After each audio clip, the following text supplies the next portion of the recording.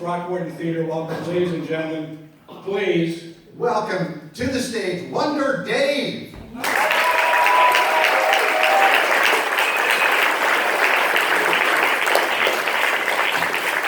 Hey, friends.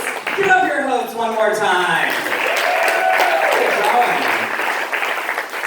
Oh my gosh, let's get it out of the way. I am a gay man. I come from the Cayman Islands.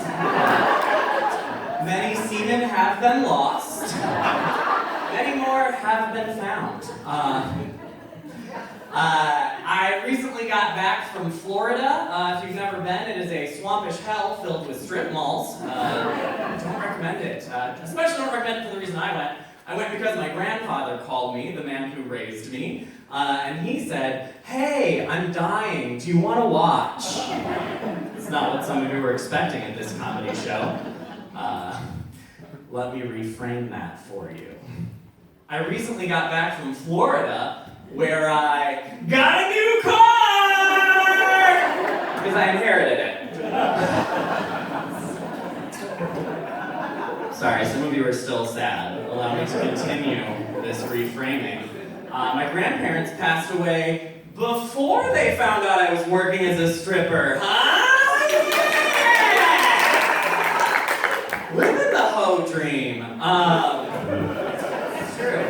I'm from Minneapolis. I live in San Francisco now. It's a very expensive place to live, and sometimes I supplement my income by taking off my clothing for money. Some of you are looking at me and thinking, I'm not sure you're attractive enough to be a stripper. Some of you have been to a strip club and know it's a low bar, so good for you. And the thing about being a male stripper is that it's different than being a female stripper. Like when a female stripper comes out on stage, she comes out on stage and she's a stripper. When a male stripper comes out on stage, he has to be like a firefighter or a construction worker. Because women like men with jobs.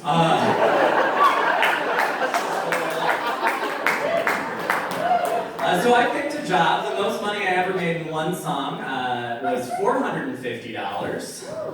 Yeah, I know. I don't regret not having a degree now. Just going to stay school. No, so I had to pick a job to get that money. I chose pastry chef. I know the way to a woman's heart. That's all I'm saying. And I came out in a little chef's coat and a chef's hat. And I had a chair with a sparkly blanket covering a surprise. And the song I was dancing to was Rihanna's Cake, everyone, because I understand how themes work. And then at a key moment in that song, I had removed my clothing, and then I revealed the surprise, and when the beat dropped, my butt dropped right into the cake that was on that chair, you guys. Frosting everywhere. Very slick, a surprise I was not expecting. So, here's the deal. This is the moral of that story. I want you to know that night, as I was kneeling beside my bathtub, wiping frosting off of $1 bills, I've never felt prettier, okay? Like, that's the best I've ever felt about my thank you. My self-esteem was through the roof that evening. It's fun. It's good to be back in California. Now that I have a car, I get to travel for shows, and I was doing some shows in the South. I was in North Carolina. Don't let the word North fool you. Still the South. And I and my tour partner, we saw a sign that said gas and pecan pie. He's black, and that becomes important in a moment. So we pull over to the side of the road and we get our gas. And then we walk into the gas station where we see a literal, explosion of Confederate flags. Just hats, t-shirts, coffee mugs, that sequin dress RuPaul wore. Gay audiences love it when I bring that up. Get it together, straights.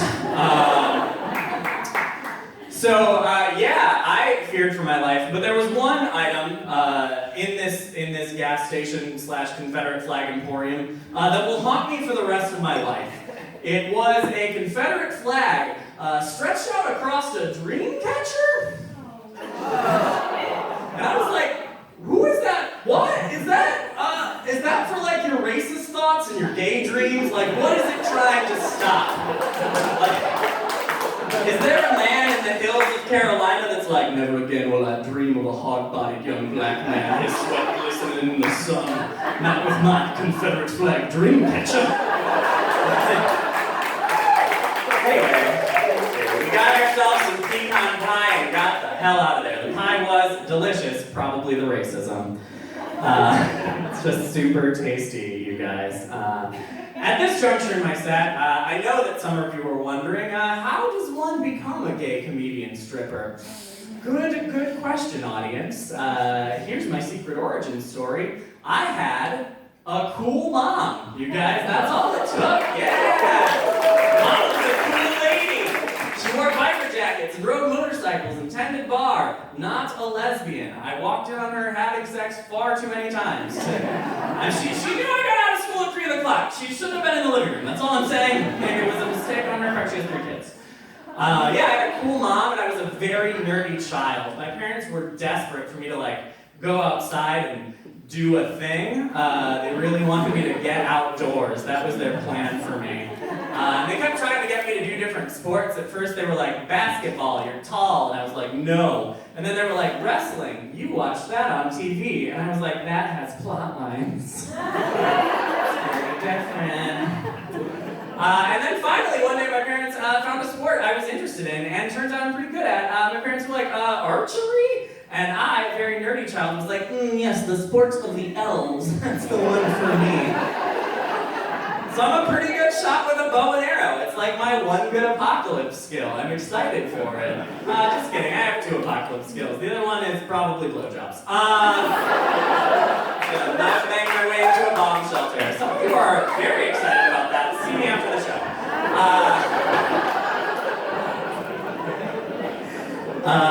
Yeah, it's true. I was a super nerdy kid. And now nerds have everything, right? Like all the blockbuster movies are nerd stuff. There's nerd TV shows. There's just comic books being force-fed to us currently. So it's hard to tell what makes you a nerd anymore. And I think for me, the definition of a nerd is someone who gets irrationally upset about some stupid things, right? Like real unimportant stuff. And I realized that I was still a nerd the other day when I was at home in the afternoon watching an animated feature-length Scooby-Doo cartoon movie. When in this movie, monsters were real, and I was pissed about it. I had to stop and analyze my feelings. And I was like, why are you so mad about this, buddy? And I realized that if, within the Scooby-Doo universe, I hope you never hear that sentence again, monsters are real, that means that the rational people on that show are the stoner and his dog, okay? I don't want to live in that world. I want to trust that nerdy lesbian in sensible shoes. Velma's a lesbian. If you're not on board, get on board, okay? I know she's a lesbian because she is a better person than anyone else on the show, right? And lesbians are better people than the rest of us. It's just a fact. We can examine the stereotypes about lesbians to determine how true this is. Stereotype number 1, they care too much about the environment. Listen, I have a compost bin. It's a lesbian's fault. We need a planet. Stereotype number 2, they care too much about their pets. Also true, not hurting anyone. Stereotype number 3, I don't think is true. The stereotype is that lesbians are man-haters. Lesbians are simply man-indifferent. They just don't need them. If there's truly a group of people who hate men, it is straight women. I don't know if you... people lately they're not happy with you. It's just a thing. I will leave you with this. It is my one political joke. Our vice president, his name is Mike Pence. Perhaps you have heard of him. He thinks that you can electroshock the gay away. I know he thinks it, because he said it with his mouth. But little does he know